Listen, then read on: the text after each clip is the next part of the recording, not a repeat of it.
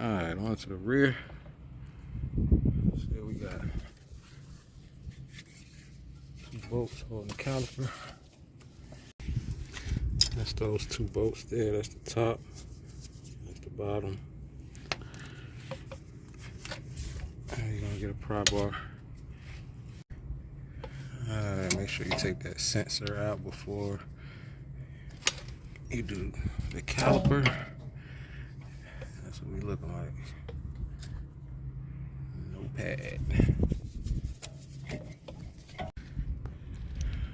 Alright. I'm not sure if I mentioned it, but those caliper bolts are 13 mil. Alright, see what we got back here. Got 2 bolts. Alright, broke those free. They are 18 mil.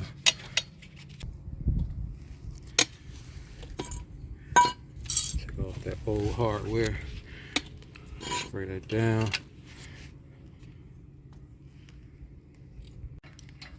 30 T30, same as the front.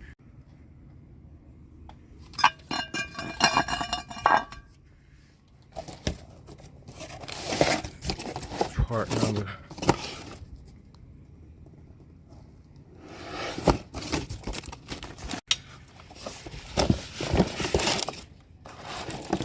Spray it down. Alright, put on our hardware.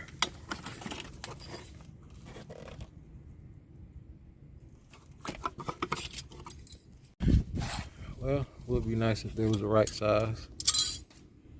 That happens a lot.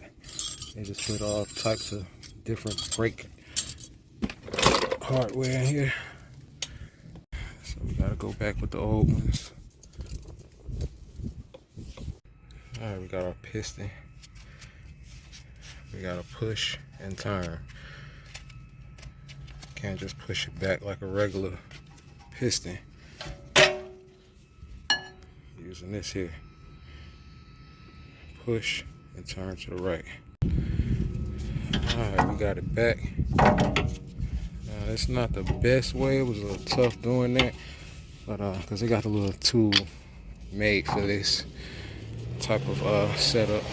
It's a lot easier, but that's what I work with today. Got it back. Go ahead and put these pads on.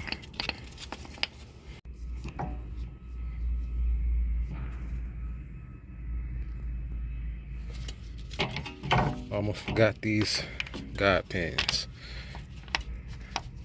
Lubricate them.